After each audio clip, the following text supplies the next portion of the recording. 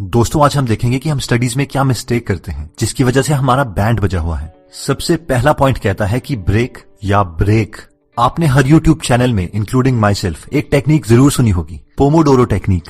आप में से जो लोग पोमोडोरो टेक्निक के बारे में नहीं जानते तो 90s में एक एंटरप्रेन्योर और ऑथर फ्रांसिस्को ने एक टेक्निक दी थी जिसका नाम उन्होंने रखा पोमोडोरो टेक्निक। ये टेक्निक बेसिकली कहती है कि आपको टाइमर रख के 25 मिनट तक काम करना है और उसके बाद 5 मिनट का ब्रेक लेना है और ऐसे आप मल्टीपल सेशंस कर सकते हैं। काफी लोग इस टेक्निक को यूज करते हैं और उनका मानना है कि इस तरीके से वो अपना काम बहुत ही एफिशिएंट मैनर में कर सकते हैं। जब फर्स्ट टाइम मैंने इस टेक्निक के बारे में सुना तो मुझे लगा ये बहुत ही यूजलेस टेक्निक है, क्योंकि मैं बिना रुके 1-1.5 घंटा काम तो कर ही सकता हूँ, लेकिन अगर मैं हर 25 मिनट के बाद ब्रेक लूंगा तो मेरी कंटिन्यूटी तो बन ही नहीं पाएगी और मैं कभी फोकस्ड काम नहीं कर पाऊंगा। अब क्योंकि इस टॉपिक पर डेडिकेटेडली काफी बुक्स लिखी जा चुकी हैं और मैं भी आपकी तरह कम टाइम में ज्यादा आउटपुट चाहता हूं, तो मैंने भी इस टेक्निक को फॉलो करने का सोचा।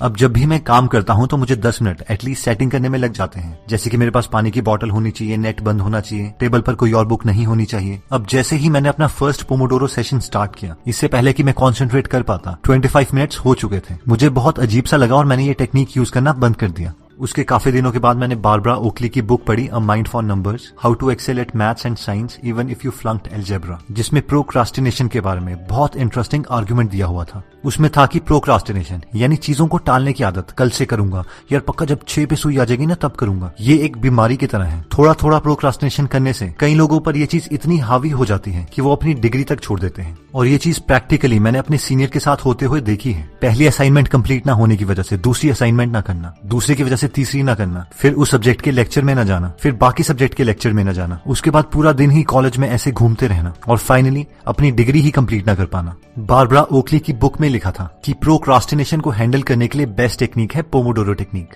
क्योंकि जो भी आदमी प्रोक्रास्टिनेट करता है वो इसलिए करता है क्योंकि उसके दिमाग में 2 चीजें होती हैं। पहली कि वो टास्क जो उसे करना है वो बहुत बड़ा है और सेकंड उस टास्क को करने के लिए बहुत ज्यादा टाइम लगेगा। अब पोमोडोरो टेक्निक इन दोनों थॉट प्रोसेस को आपके दिमाग से रिमूव कर सकती है, क्योंकि जब भी आप पोमोडोरो टेक्निक यूज करोगे तो आपको पता है कि आपको सिर्फ 25 मिनट तक ही पढ़ना है। बेशक उस टाइम में आपसे 4 लाइन्स कंप्लीट हो या 40, आपको उसके बारे में चिंता करने की जरूरत नहीं है और इस तरीके से आप एक मोमेंटम में आ जाते हैं जिसकी वजह से आप चीजों को प्रोक्रास्टिनेट करना बंद कर देते हैं। मुझे ये आर्गुमेंट इतना पसंद आया कि जब भी मेरे दिमाग में चलता था कि यार काम बहुत ज्यादा है, बाद में ही करता हूँ, तो मैं इस टेक्निक का यूज करता था कि चलो यार 25 मिनट तक तो कर ही सकता हूँ, टाइमर सेट करके बैठ जाता हूँ, थोड़ा काम तो होगा। और उसके बाद जब मैं अपना पोमोडोरो का फर्स्ट सेशन स्टार्ट करता था तो 25 मिनट खत्म होने से पहले ही मेरा मोमेंटम बन जाता था और मैं कंटिन्यूसली 1-1.5 घंटे तक काम करता रहता था। इस पूरे पोमोडोरो की जर्नी से मैंने ये सीखा कि मेरा पोमोडोरो सेशन 25 मिनट का नहीं बल्कि 1.5 घंटे के करीब होना चाहिए। दूसरा,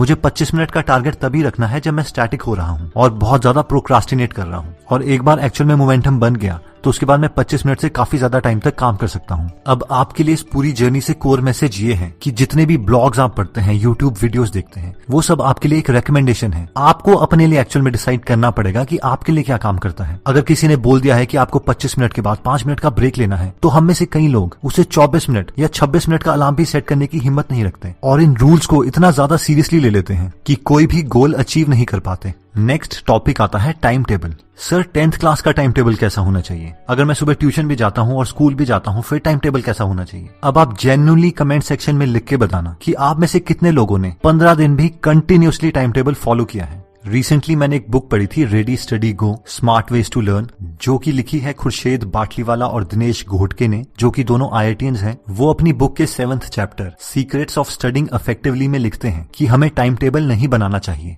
ये दोनों अपनी बुक में लिखते हैं कि टाइम टेबल बनाने में आप अपना प्रीशियस टाइम वेस्ट कर देंगे और 99% टाइम आप अपना टाइम टेबल फॉलो नहीं कर पाएंगे। उसके बाद आपको दुख होगा, गिल्टी महसूस होगी कि आप अपना टाइम टेबल फॉलो नहीं कर पाए, फिर आप डिप्रेस्ड हो जाओगे, फ्रस्ट्रेटेड हो जाओगे, गुस्से में आ जाओगे और दोबारा से एक नया टाइम टेबल बनाओगे और फिर से इस गिल्ट, डिप्रेस्ड, फ्रस्ट्रेशन साइकिल को जियोगे। ये बोलते हैं कि अगर आपको थोड़ा सा आइडिया है कि आपको क्या पढ़ना है और उस चीज को कंप्लीट करने के लिए कितना टाइम लगेगा, तो वो काफी है और अब आप एक्चुअल में स्टडी कर सकते हैं। बहुत ज्यादा प्लानिंग आपका टाइम ही वेस्ट करेगी। देखिए, इस टॉपिक के बारे में भी मैं यही कहूंगा कि आप हमेशा चेक कीजिए कि आपके साथ क्या काम कर रहा है और किसी भी रूल को बहुत ज्यादा स्ट्रिक्टली फॉलो करने की कोशिश मत कीजिए। मैंने टाइम टेबल के ऊपर 2 वीडियोस बनाई हैं। पहली वीडियो के एंड में भी मैंने आपसे यही कहा था कि कोई भी रिकमेंडेशन पत्थर पे लिखी हुई चीज नहीं है कि आप उसको मिटा नहीं सकते। आप आइट्रेट कीजिए कि आपके साथ क्या काम करता है। क्या आप सुबह उठ के ज्यादा एफिशिएंटली पढ़ते हैं या आपको रात को ज्यादा शांति महसूस होती है? कोचिंग के बाद क्या आपको रेस्ट करके ज्यादा एफिशिएंसी होती है या आप कंटिन्यूअसली पढ़कर एक ही बार रेस्ट लेना चाहते हैं? इन सब के जवाब हम में से हर एक इंसान के लिए अलग अलग हैं और इनको हम जनरलाइज नहीं कर सकते। नेक्स्ट पॉइंट कहता है कि हमें पहले कौन सा सब्जेक्ट पढ़ना चाहिए। ये सवाल हम सबके मन में होता है कि पहले कौन सा सब्जेक्ट पढ़ें। मिस्टर खुर्शीद बाटलीवाला अपनी बुक रेडी स्टडी गो में बोलते हैं कि जो चीज आपको सबसे अच्छी लगती है उसी से स्टार्ट करें। जिस सब्जेक्ट में आप अच्छे हैं पहले वो पढ़ें। जिन चैप्टर्स के साथ आप कंफर्टेबल हैं पहले उसे खत्म करें, क्योंकि अगर आप उल्टे सीक्वेंस से स्टार्ट करते हैं, पहले डिफिकल्ट पार्ट से और उसके बाद आप आसान वाले पार्ट में आते हैं, तो मोस्ट ऑफ द टाइम्स जब आपके पास कम टाइम रहेगा तो सिलेबस के आसान वाला पोर्शन जो आप पहले कर सकते थे वो आपसे छूट सकता है और एंड में आप डिप्रेशन वाले स्टेट में होंगे। इससे पहले कि आप कोई भी सब्जेक्ट स्टार्ट करें, एक बार पूरे सिलेबस का ओवरव्यू ले लें ताकि आपको पता चले कि आप क्या पढ़ने वाले हैं और उसके बाद डिटेल्स में जाएं। सबसे पहले बेसिक ही कवर करें, क्योंकि अगर आपके फंडामेंटल्स क्लियर नहीं हैं तो आपको एडवांस्ड कॉन्सेप्ट्स समझ नहीं आएंगे। इन शॉर्ट, सबसे पहले आसान स्टफ से स्टार्ट करें और उसके बाद टफ स्टफ में आए और बेसिक्स खत्म करने के लिए थोड़ा ज्यादा टाइम लगाएं। नेक्स्ट पॉइंट कहता है कि हमें कितनी देर तक पढ़ना चाहिए। ये बहुत ही यूजलेस क्वेश्चन है। ये मैटर नहीं करता कि हम कितने घंटे पढ़ते हैं,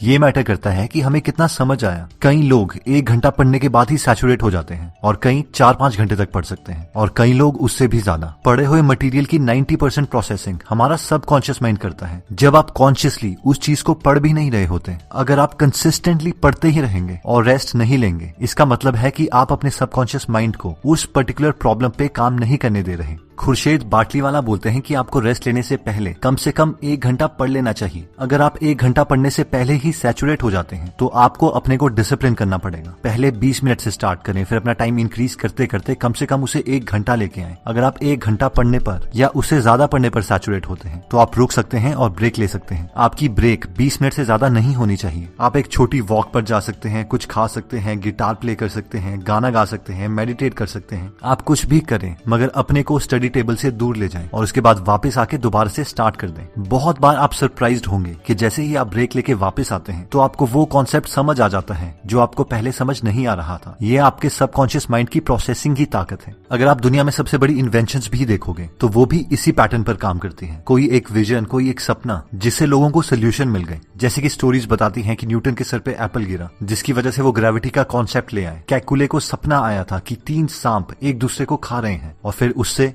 उन्होंने बेंजीन का रिंग स्ट्रक्चर बता दिया। और आर्किमिडीज और बाथ टब की स्टोरीज तो सब जानते ही हैं। सबसे बड़ी प्रॉब्लम्स हमेशा इसी तरीके से सॉल्व हुई हैं। पहले बहुत ज्यादा कॉन्शियस मेंटल एक्टिविटी और उसके बाद रिलैक्सिंग। आप भी इस पैटर्न पे काम कर सकते हैं। बहुत ज्यादा हार्ड वर्क करिए और जैसे ही आपका सैचुरेशन पॉइंट आता है फिर सारे कामों को छोड़ दीजिए और रिलैक्स हो जाइए। एक बार अपने सबकॉन्शियस माइंड को चांस देके देखिए और हो सके तो मेडिटेट कीजिए। अगर आपको मेडिटेशन नहीं आती तो उसे सीखिए। अगर आप मेडिटेशन सीख लेते हैं और उसे करते हैं तो वो आपको बहुत ज्यादा एडवांटेज देगा उन लोगों के कंपैरेटिवली जो मेडिटेशन नहीं करते। हर रोज कोशिश कीजिए कि आप फिजिकल एक्टिविटी भी करें, प्रेफरेबली हर घंटे के बाद 2 या 3 पुशअप्स, कोई सूर्य नमस्कार जो आपको फ्रेश कर दे। अपने फेस पर ठंडा पानी फेंकना ये भी आपको रिफ्रेश कर सकता है। एट अ टाइम 2 या 3 सब्जेक्ट साथ में पढ़ें ताकि जैसे ही आप एक सब्जेक्ट से थक जाएं आप दूसरे सब्जेक्ट पर स्विच हो सकते हैं और आपका सबकॉन्शियस माइंड पिछले सब्जेक्ट पर काम करता रहेगा। और ज्यादा से ज्यादा सब्जेक्ट के कॉन्सेप्ट्स को कनेक्ट करने की कोशिश करें। जो कॉन्सेप्ट्स आपको पहले समझ नहीं आए थे उन कॉन्सेप्ट को समझना अपने आप में ही एक खुशी देता है। एक टफ प्रॉब्लम को सॉल्व करना या उसी टफ प्रॉब्लम के लिए एक सिंपल सोल्यूशन फाइंड करना और फिर उसे अपने दोस्तों को समझाना, ये अपने आप में ही बहुत एक्साइटमेंट वाली बात है।